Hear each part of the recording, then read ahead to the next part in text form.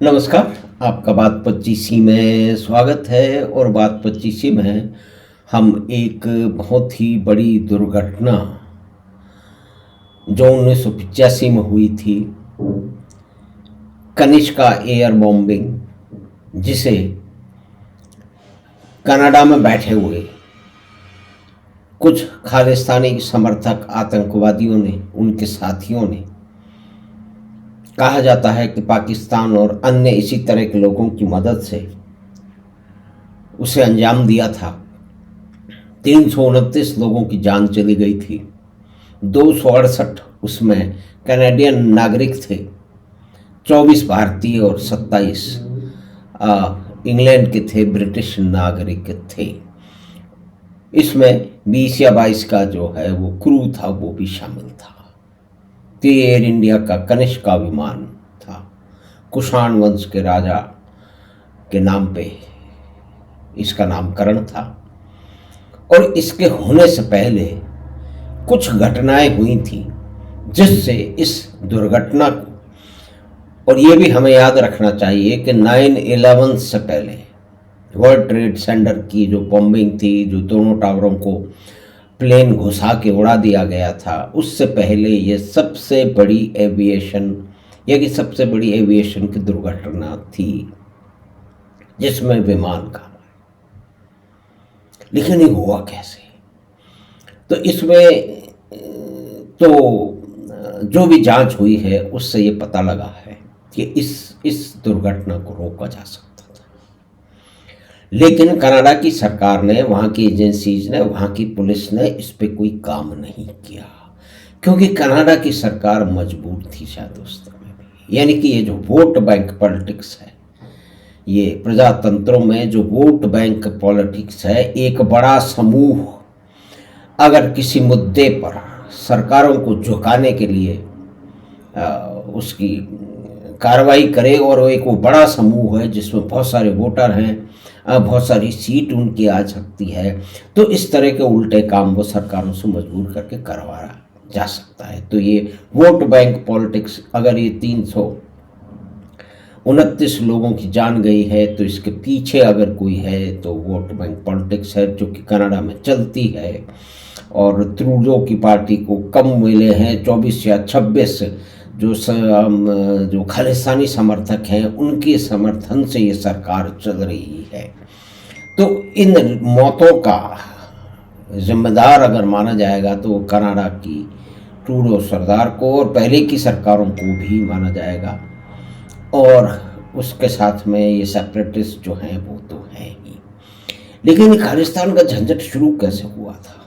ये शुरू हुआ था 1971 की में, जब पाकिस्तान हार गया था, बांग्लादेश का निर्माण हो गया था। शिमला समझौते के बाद में भारत के ने जो 90,000 से अधिक पाकिस्तान के सैनिकों को पकड़ रखा था, उन्हें छोड़ा गया। तो उसी समय प्रधानमंत्री जो थे पाकिस्तान के, उन्होंने कहा, और ऐसा बताया जाता है कि कहा कि हम 1000 साल तक लड़ेंगे और we will use the strategy of bleeding India by 1000 cuts. यानी कि भारत में लगातार वो कुछ ऐसे षड्यंत्र रचते रहेंगे जैसे भारत का रक्त रिश्ता रहे, वहाँ पे अशांति रहे, वहाँ की जीवन लोगों का जो है वो क्या सुरक्षित हो जाए और एक उथल पुथल की परिस्थिति रहे। तो ये उनका, तो ये खालिस्तानी प्रोजेक्ट उसी का पार्ट था। उसी समय जगजीत सिंह चौहान को पाकिस्तान ने बुला लिया और वहाँ पे उसने घोषणा कर दी। फिर वो बाद में अमेरिका और कनाडा चला गया और वहाँ पे उसने एक पेड आर्टिकल लिख के कहा कि अब जो है वो खालिस्तान बनने वाला है और मैं उसका पहला प्रेसिडेंट होऊंगा, और जिनको खालिस्तान आना है वो आने जाए। और उसके बाद में एक बहुत बड़ी संख्या में, क्योंकि डिस्क्रिमिनेशन हो रहा है, जो कि 84 के बाद हुआ, वो 84 की घटना में भी एक राजनीतिक दल पे ही पूरी जिम्मेदारी जाती है। वहाँ भी वोट बैंक पॉलिटिक्स इन्वॉल्व है कि उन्होंने एक ऐसे आदमी को खड़ा किया जो कि उनके जो है वो राजनीतिक प्रतिद्वंदियों को, उन्होंने ऐसा सोचा था कि उनको मात दे देगा और फिर सो वापस शक्ति आ जाएंगे, यानी कि वो हार गए। तो उन्होंने एक भिंडरावाले को खड़ा कर दिया और उसी के कारण सब कुछ उथल पुथल हुई। और उस समय देश के प्रधानमंत्री श्रीमती इंदिरा गांधी की जान भी उसमें गई। और उसके तुरंत बाद ही कनाडा में जाने के लिए बाढ़ सी आ गई और वहाँ के बहुत सारे नेता ये लिखने के लिए कि इस आदमी का जीवन भारत के अंदर जो है ना क्यों जो है वो सुरक्षित नहीं है, अतः इसे बाहर जो है वो असाइलम दे दी जाए, शरण दे दी जाए। तो उसके शरण के नाम पे ये अखबार में जो लिखने के लिए, चिट्ठियाँ लिखने के लिए पहले कुछ हज़ार से शुरुआत हुई थी, आजकल कहते हैं कि लाखों देने पड़ते हैं। वो सिर्फ भारत में ही नहीं देने पड़ते हैं, उसके बाद में कनाडा में भी जाके देने पड़ते हैं। अगर एक साथ आपके पास पैसे नहीं हैं तो बंदी बांध दी जाती है कि आप महीने में, 2 महीने में, 3 महीने में कितने पैसे देंगे। और फिर आप जितने भी वहाँ जुलूस होंगे, जितने भी इस तरह के रेफरेंडम होंगे, खालिस्तान चाहिए और जो है उसके अंदर आपका उपस्थिति होनी आवश्यक है वगैरह वगैरह, जो कि बहुत सारे आजकल इलेक्ट्रॉनिक तरीकों से और फ़ोन से इसको तय पा लिया जाता है, इसी तरह के मैसेज भेज दिए जाते हैं। तो कुल मिला के बैकग्राउंड तो ये है। और कहा यह जा रहा है कि 1985 में, इससे पहले वहाँ पे ये बात शुरू हो गई थी, वहाँ के गुरुद्वारों में ये बात फैलानी शुरू कर दी गई थी कि अगर भारत आपको जाना है तो एयर इंडिया की फ़्लाइट आप ना लें। और यही बात अभी कुछ दिनों पहले इस पन्नू ने फिर से रिपीट की है। अब उसके बाद में जब उसकी भर्त्सना हुई है और अमेरिकन ने भी उसको देखा है कि ये क्या बोल रहा है, तो अब वो पलटी मार गया है और बोल रहा है कि ऐसा कुछ कहा नहीं था, मैंने तो ये कहा था, मैंने तो वो कहा था, और छुपा हुआ घूम रहा है। और उसके साथ में अमेरिका की एजेंसियों ने भी ये पता लगा लिया है कि कोई इसको टपकाने के लिए इसके पीछे घूम रहे हैं। जैसे कि एक निज्जर था जिसका जो पंजाब में होने वाली आतंकवादी कई घटनाओं में उसमें भी हाथ था और उसके बाद में भी रहा है, उसको भी टपका दिया गया। पता नहीं किसने टपका दिया, है ना।